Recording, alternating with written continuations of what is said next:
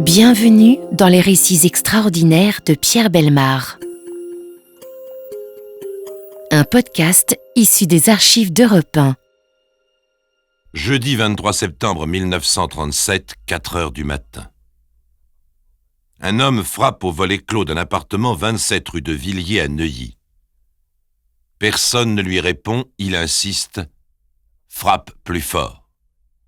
L'appartement est situé au rez-de-chaussée, entre la boutique d'un coiffeur et une librairie, la librairie Kama, spécialisée dans les publications russes, notamment les journaux des Russes blancs exilés, pour la patrie, Courage, la Sentinelle, la Voix de la Russie, le Signal.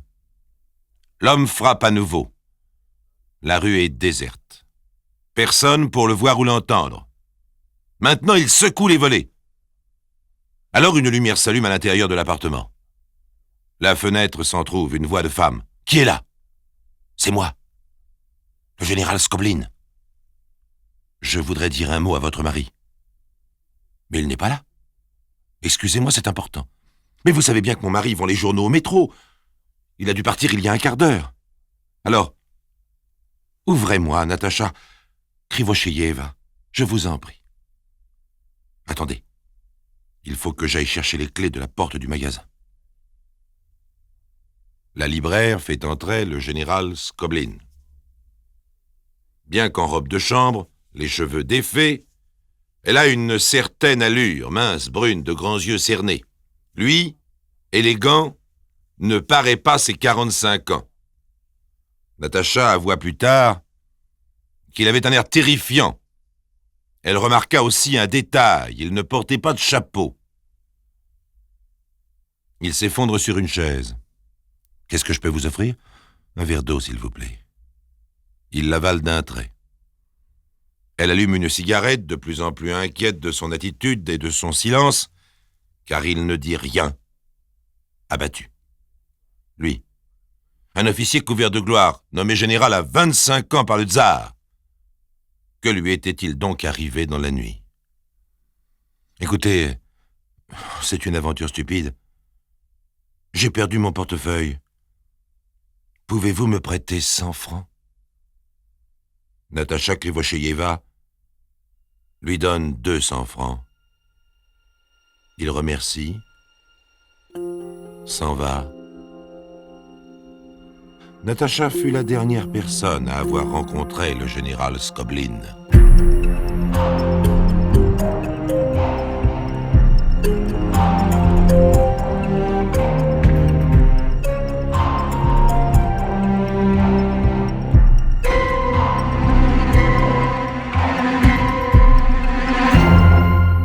Le général Skoblin représentait parmi les 60 000 anciens combattants tsaristes émigrés la tendance moderne.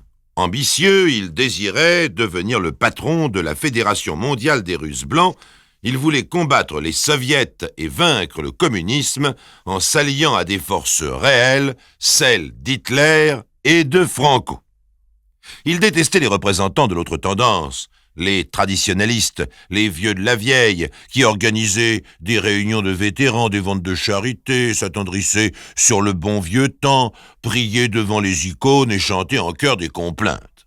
Il n'était pas d'accord, mais alors là, pas du tout d'accord avec la politique du président de la Fédération des 8000 anciens combattants russes exilés en France, le vieux général Miller, 70 ans. Une politique d'amitié avec Paris qui ne devait pas gêner beaucoup Moscou. Une politique de compromis. Le mercredi 22 septembre 1937, le général Miller quitte son bureau parisien, 29 rue du Colisée, à 12h30.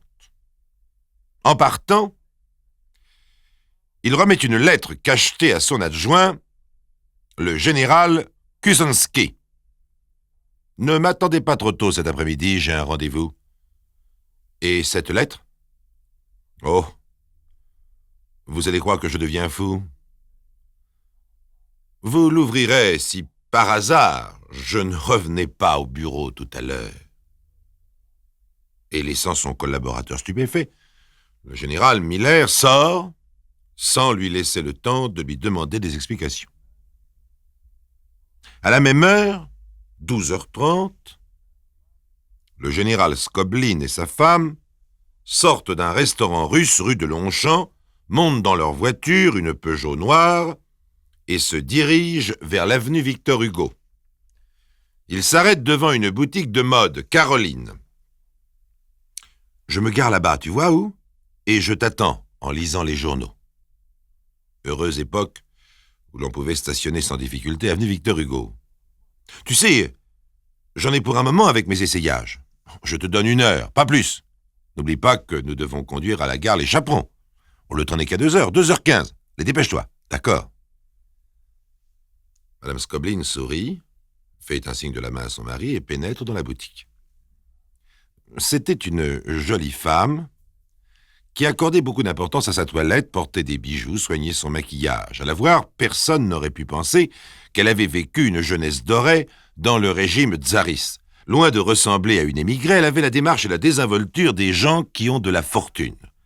Quand on l'interrogera plus tard, et quand on lui demandera sa profession, elle répondra « chanteuse ». « Oh, non », précisera le juge. « Cantatrice. Vous avez une voix admirable. » Et c'est vrai.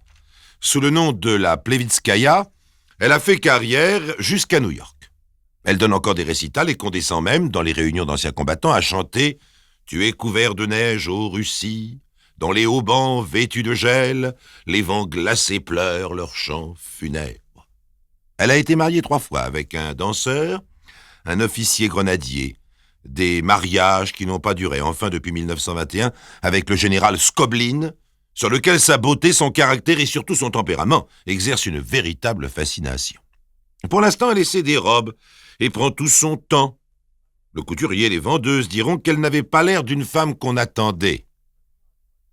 Il fallait même beaucoup de patience pour accéder à ses désirs, supporter son indécision, ne pas s'énerver de ses caprices. Il est vrai qu'une jolie femme essayant une robe a tous ses défauts. Soudain, elle demande l'heure. 1h30. Oh mon Dieu, et mon mari qui m'attend dans la voiture. Il va être furieux. Je me sauve, je repasserai demain. Rue de la Faisanderie, monsieur et madame Chaperon attendent que les Scoblin viennent les chercher comme convenu pour les conduire à la gare. Ils s'impatientent. Ils ne vont plus tarder maintenant. Descendons, nous les attendrons dans la rue, ça fera gagner du temps. C'est ça, descendons. Dans la rue, pas la moindre Peugeot noire en vue. Si ça continue, les chaperons vont manquer leur train. Ah, voilà un taxi en maraude. Taxi, taxi! Gare du Nord, s'il vous plaît, vite, nous sommes très en retard. 14h05, le train pour Bruxelles part dans 10 minutes. Sur le quai, le général et madame Scoblin font les 100 pas. Ah, voilà les chaperons. Vous êtes là?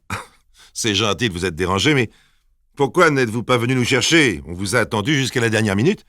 Excusez-nous, ma femme essayait une robe, et vous savez, les femmes avec leurs couturiers. Et puis en plus, j'ai eu des ennuis avec ma voiture. J'ai dû passer au garage.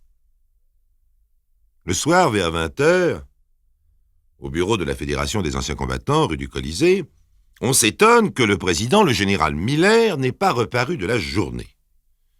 Un secrétaire téléphone chez lui? Non, il n'est pas rentré. Alors son adjoint, le chef d'état-major, se souvient de cette lettre que le général Miller lui avait remise en lui recommandant de l'ouvrir s'il ne repassait pas au bureau. Eh bien, ce qu'il fait, il l'ouvre. Et voilà ce qu'il trouve. Aujourd'hui, à 13h, j'ai rendez-vous avec le général Scoblin au coin de la rue Jasmin et de la rue Raffet. Il doit me conduire à un autre rendez-vous avec un officier allemand du nom de Stramann, attaché militaire dans un pays balkanique, et un certain Werner de l'ambassade d'Allemagne ici. Tous deux parlent bien le russe. Ce rendez-vous a été arrangé par Scoblin. Peut-être est-ce un piège. C'est pourquoi, à toute éventualité, je laisse cette note.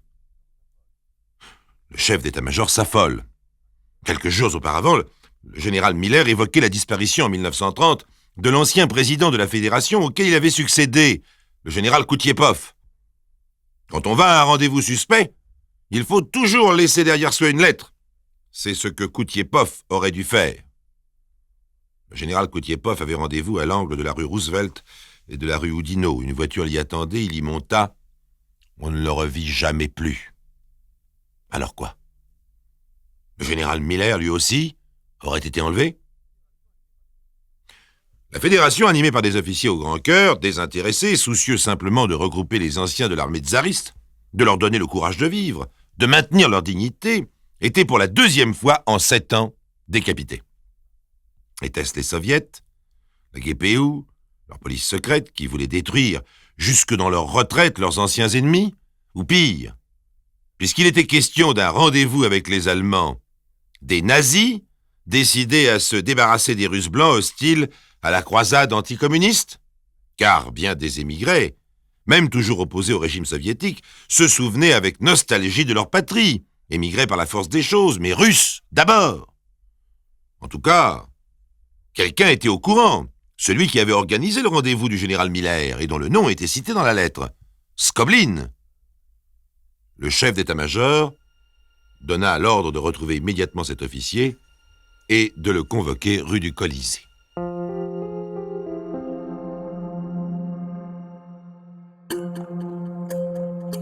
Les récits extraordinaires de Pierre Bellemare, un podcast Europe 1. Le général Skoblin habitait avec sa femme, la Plevitskaya, une villa en banlieue à Ozoir-la-Ferrière. Mais il logeait souvent à Paris à l'hôtel Pax, avenue Victor Hugo. C'est là que vers minuit, on le retrouva. Il ne se fit pas prier pour se rendre aussitôt au siège de la fédération où l'attendait le chef d'état-major et d'autres officiers accourus en apprenant la disparition du président. En pénétrant dans l'antichambre, il entendit une violente discussion, des cris ont prononcé son nom. Il ouvrit la porte du bureau. Le silence se fit immédiatement. Le chef d'état-major s'avança vers lui. « Où est le général Miller ?»« Comment voulez-vous que je le sache ? Vous étiez avec lui. Moi ? Jamais de la vie. Je ne l'ai pas vu depuis... Tenez, depuis dimanche au banquet. » « Et ce rendez-vous que vous avez arrangé avec les Allemands ? » ?»« Quel rendez-vous ? Mais je ne comprends pas ce que vous voulez dire. » »« Nous savons l'heure de ce rendez-vous et même le lieu. » »« Eh bien, tant mieux. Cela va nous aider à retrouver le général. Parce que vous continuez à prétendre n'y être pour rien. Et cela ?» Le chef d'état-major brandissait la lettre qui accusait Skoblin. Celui-ci la lut sans se départir de son calme. « Je ne comprends pas. Il ne peut s'agir que d'une erreur. On aura trompé le général en se servant de mon nom. J'ai déjeuné au restaurant de la rue de Longchamp. Ensuite, j'ai accompagné ma femme chez son couturier. Et puis, à 14h, gare du Nord, pour conduire des amis au train de Bruxelles. Mais tout cela est facile à vérifier si vous y tenez. Votre attitude à mon égard est insensée et ridicule. Très bien, très bien. Dans ce cas, nous n'avons plus qu'à prévenir la police. La police ? Mais certainement. Allons-y tout de suite. Et il sortit. Les autres officiers s'apprêtaient à lui emboîter le pas quand l'un d'eux retint un instant par la manche le chef d'état-major. « Vous ne trouvez pas ça bizarre tout de même ?»« Si, mais ne perdons pas de temps. » Ils avaient perdu quelques secondes, si bien qu'en arrivant sur le palier, ils ne virent plus Skoblin. Ils descendirent l'escalier pensant le trouver en bas, personne. Ils arrivèrent dans la rue, toujours pas de Skoblin. Le traître, le salaud, il s'est enfui. Mais ce n'est pas possible. Nous l'avons vexé, c'est tout. Il est rentré à son hôtel. Quand les officiers se présentèrent à l'hôtel Pax, ils n'y trouvèrent que la Plevitskaya en déshabillé de soie. Jolie femme et bonne comédienne, elle parut très étonnée de ce qu'on lui raconta et même sincèrement inquiète. Skoblin, au lieu de descendre l'escalier, était tout simplement monté à l'étage supérieur, laissant filer ses adversaires à sa recherche. La police française commença son enquête dans la matinée du jeudi. Elle interrogea la Plevitskaya. Il y avait des détails trop précis, beaucoup trop de détails, des témoins, beaucoup trop de témoins, pour justifier l'alibi de Skoblin, le restaurant, le couturier, le garage, la gare du Nord. Quel luxe! Cela parut très suspect. Alors on perquisitionna dans la villa d'Ozoir-la-Ferrière. On y trouva une Bible verte qui servait à déchiffrer de la correspondance secrète, plus 4 passeports yougoslaves, chacun à des noms différents. La Plevitskaya fut arrêtée et envoyée à la prison de la Petite Roquette. À 16h, le même jeudi, les enquêteurs opéraient un rapprochement avec des renseignements fournis par le commissaire de police du Havre, M. Chauvineau. Il s'était en effet passé la veille au Havre, donc le jour de la disparition du général Miller, quelque chose d'assez surprenant. Un fonctionnaire du port, Olivier Collin, monte à bord d'un bateau soviétique, la Maria Ulyanova, afin de régler avec son capitaine des questions administratives. Pendant l'entretien, un homme d'équipage entre dans la cabine et dit quelques mots en russe. Le capitaine congédie alors Collin, il est pressé, il vient de recevoir par radio l'ordre de regagner Leningrad sans tarder. Collin, en descendant sur le quai, remarque un camion portant une plaque minéralogique diplomatique qui n'était pas là à son arrivée. Des hommes déchargent une lourde caisse en bois et la transportent sur le bateau. Collin prévient le commissaire Chauvineau. Quelle heure était-il ? Environ 16h30. Et quand le bateau est-il parti ? Je ne sais pas. Tout de suite, probablement, quand je suis repassé un peu plus tard, il n'était plus à quai. C'est aussi ce qui m'a étonné, car il n'avait pas terminé son chargement. De tels renseignements étaient en effet intéressants, mais de nature délicate. Depuis 2 ans, la France était signataire d'un pacte d'assistance mutuelle avec l'URSS. On évitait tout ce qui pouvait provoquer des incidents, notamment au sujet des immigrés russes. Le président du Conseil, Édouard Daladier, prévenu, convoqua néanmoins l'ambassadeur des Soviets et lui expliquant l'affaire, lui demanda de téléphoner à Moscou. Il fallait que la Maria Ulyanova reçût l'ordre de rebrousser chemin et de regagner le port du Havre. La France n'allait tout de même pas envoyer un torpilleur à raisonner en haute mer le cargo russe. Il semblait d'ailleurs que l'ambassadeur était prêt à accéder à la demande de Daladier quand celui-ci reçut un coup de fil du ministre de l'Intérieur de l'époque, M. Max Dormois. Le rapport Chauvineau est faux. Enfin, il comporte une erreur, mais capitale, que j'ai fait vérifier. Le camion. Oui, c'est bien un camion de l'ambassade soviétique, mais il est arrivé à 14h au Havre, et non pas à 16h30. Il ne pouvait pas transporter le général Miller qui a disparu à 1h de l'après-midi. Cela paraissait évident. On en resta là. Le gouvernement français était d'ailleurs content de ne pas envenimer ses relations avec l'URSS à cause de cette affaire de Russes blancs trop patriotes, chacun à leur manière, qu'ils rêvent du passé ou anticommunistes à tout craint, qu'ils songent à un autre avenir.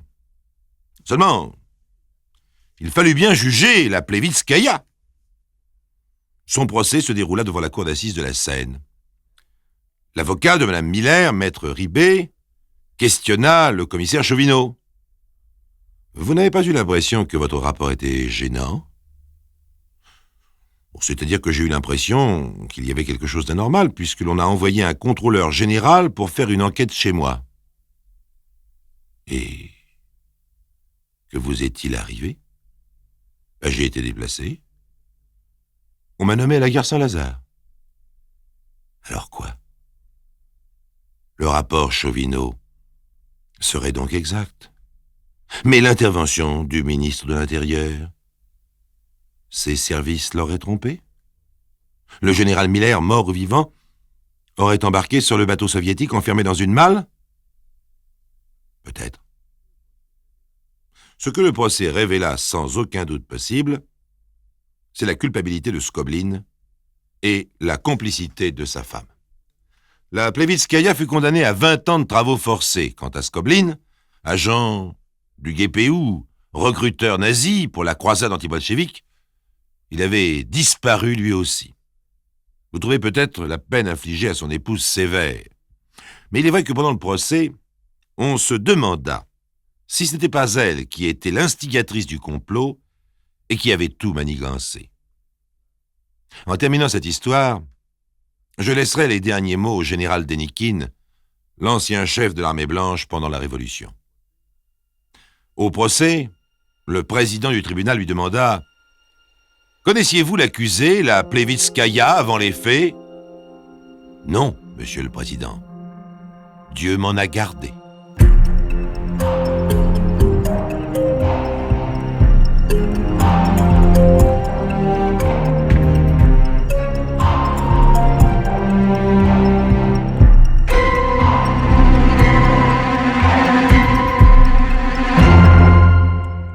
Vous venez d'écouter Les récits extraordinaires de Pierre Bellemare, un podcast issu des archives d'Europe 1. Réalisation et composition musicale, Julien Tarot. Production, Estelle Lafont. Patrimoine sonore, Sylvaine Denis, Laetitia Casanova, Antoine Reclus. Remerciements à Roselyne Bellemare. Les récits extraordinaires sont disponibles sur le site et l'appli Europe 1. Écoutez aussi le prochain épisode en vous abonnant gratuitement sur votre plateforme d'écoute préférée.